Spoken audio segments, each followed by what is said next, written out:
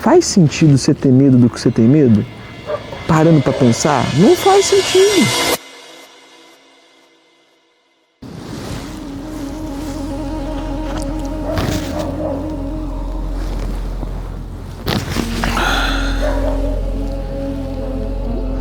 Sobre o que iremos interagir hoje? Ai, que céu mais lindo. A pessoa que inventou aquela frase, depois da tempestade vem a bonança, eu acho que... E hoje choveu, sabe? Hoje choveu. Corri na chuva hoje. Então depois da tempestade vem a bonança. Bonança, isso aqui ó, é o que vem depois da tempestade. A bonança. Eu vou pesquisar a etimologia dessa palavra bonança e colocar aqui no vídeo. E a vida tem dessas também, né? Às vezes a gente interpreta alguma coisa que está acontecendo na nossa vida como se fosse uma tempestade. E na verdade é só o nosso ponto de vista distorcendo a realidade. Já parou para pensar que sofrer na realidade é na hora que realmente acontece alguma coisa no teu corpo físico? Tipo, você tá andando, tropicou, arrancou a tampa do dedão no chão. Isso é sofrer na realidade. Isso é sofrer no aqui e agora, na pele. E às vezes a gente, por apego a pessoas ou objetos, a gente sofre, mentalmente falando. E aí a vida vira aquela tempestade. Todo evento é neutro. Aí você vai falar assim, não, mas quando alguém morre, isso gera sofrimento. Depende do ponto de vista de quem está vivendo aquele luto. Acho que a saudade é inevitável, né? Mas o ponto de vista, por exemplo, de outros lugares, de culturas do planeta, tem gente que assimila a morte de uma maneira totalmente diferente do jeito que nós aqui, na nossa cultura, assimila. Então é muito relativo. Da hora. Então, assim, tem uma frase que eu não vou lembrar exatamente agora, que é assim, se você mata uma barata, você é um herói. E se você mata uma borboleta, você é um argumento que é negativo. E tudo é inseto, entende? É como se a beleza fosse algo que faz a coisa ser diferente, o jeito de absorver ser diferente. Imagina que eu tenho um cachorro, o meu cachorro morre e eu choro. Aí eu vou comer uma carne, o açougueiro mata uma vaca lá no matador, eu compro o bife e minha consciência não pesa nada. E é um animal também, poderia ser o meu cachorro que tivesse nascido vaca e eu ia ter comido. Então é uma relatividade muito louca, né? A gente que decide a importância que a gente dá.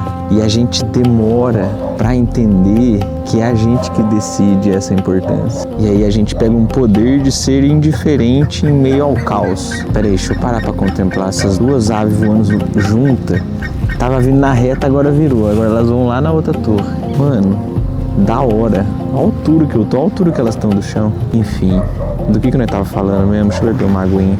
Hoje mais cedo eu tava refletindo assim, ó. Imagina se eu tivesse um diagnóstico médico de que eu ia morrer em uma semana. Imagina eu ficar sabendo que daqui uma semana eu vou morrer. Como eu ia querer aproveitar a última semana da minha vida? Será que em uma semana iria dar tempo de viver tudo que eu quero viver?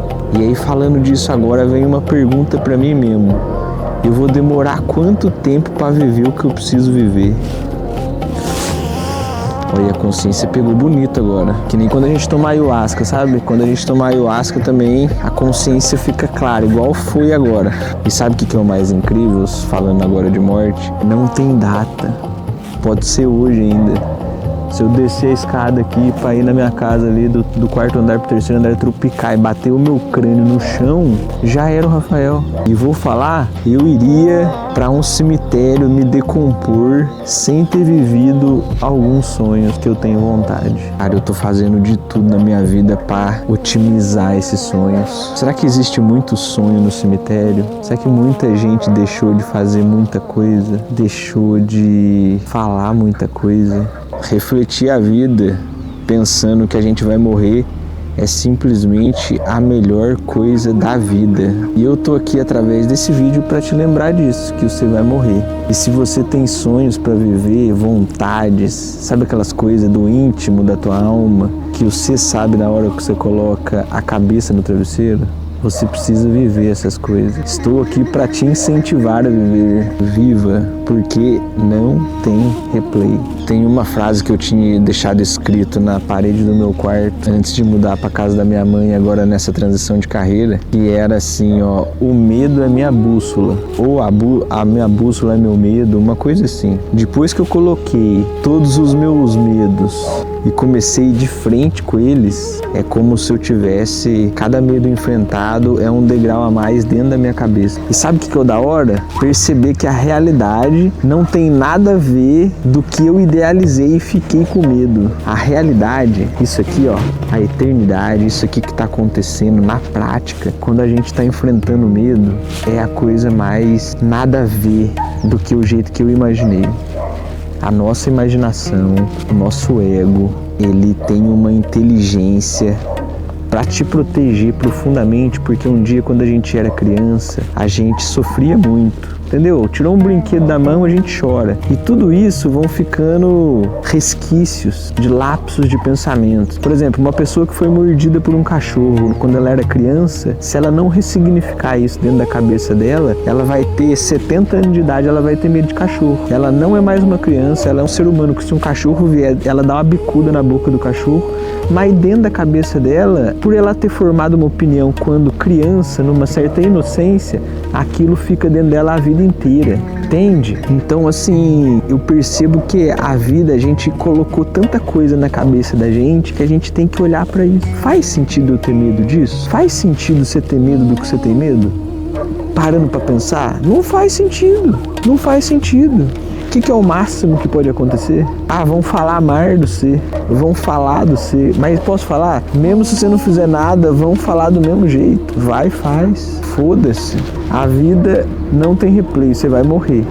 E você vai viver sem a experiência que você tem curiosidade de viver. E eu percebo que agora que eu consigo enxergar esses medos meus e eu quero viver todos, eu percebo que a minha vida passou e eu fui um cara estagnado. Olha que eu fui um cara pra frente, hein? Olha que, parando pra pensar, se eu for me comparar, eu sei que eu sou um cara pra frente, pra caralho. Mas eu percebo que ainda tem muita coisa pra viver. O que eu tenho pra viver? Fica aqui minha pergunta, minha curiosidade pra vocês. E sabe o que é o mais da hora? Eu sei que eu vou viver, porque eu tô buscando viver tudo que eu quero viver. Atrás do medo se escondem os melhores sentimentos. Qual que foi, olha que pergunta que eu vou fazer pertinente, qual que foi a última vez que você enfrentou um medo? Cara, perceber que tudo é pensamento é fantástico. Deixa eu dar uma clareada aqui na tela que o sol está se pondo. Deixa eu abaixar a velocidade do obturador. Eu espero que não estoure o branco lá do fundo. Eu tô percebendo que a minha consciência tá me dando maturidade. E sabe qual que é a maturidade que eu tô desenvolvendo dentro da minha cabeça? Perceber o que é pensamento e perceber o que é realidade. Porque eu percebo que agora eu me deparo com alguns medos, algumas coisas que em outra época eu pensaria pra caralho e não fico ruminando tanto aquilo. Não fico pensando tanto naquilo. As coisas ficam mais leves. As coisas ficam mais leves porque a gente passa a entender que a gente sofre aonde? Nos pensamentos. 86 bilhões de neurônios fazendo muitas conexões. Você sabia que dentro do teu cérebro corre energia elétrica? Essa que acende a lâmpada? Energia elétrica.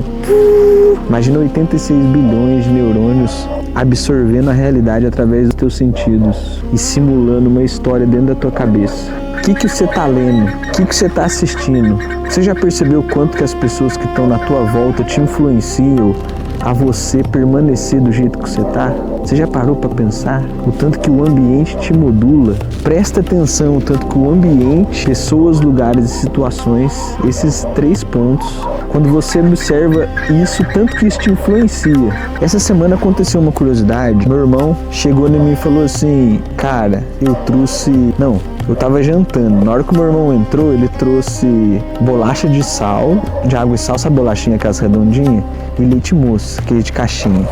Cara, nós amamos aquilo ali desde criança. E meu irmão falou que eu trouxe pra nós. E eu falei, mano, eu tava jantando. Eu falei, mano, eu não vou querer. Porque naquela semana eu já tinha comido a mesma coisa e eu como demais. É que nem uma pipoca. Eu coloco o leite condensado em cima da bolacha de sal, geladinho com um copo de água gelado e vou comendo.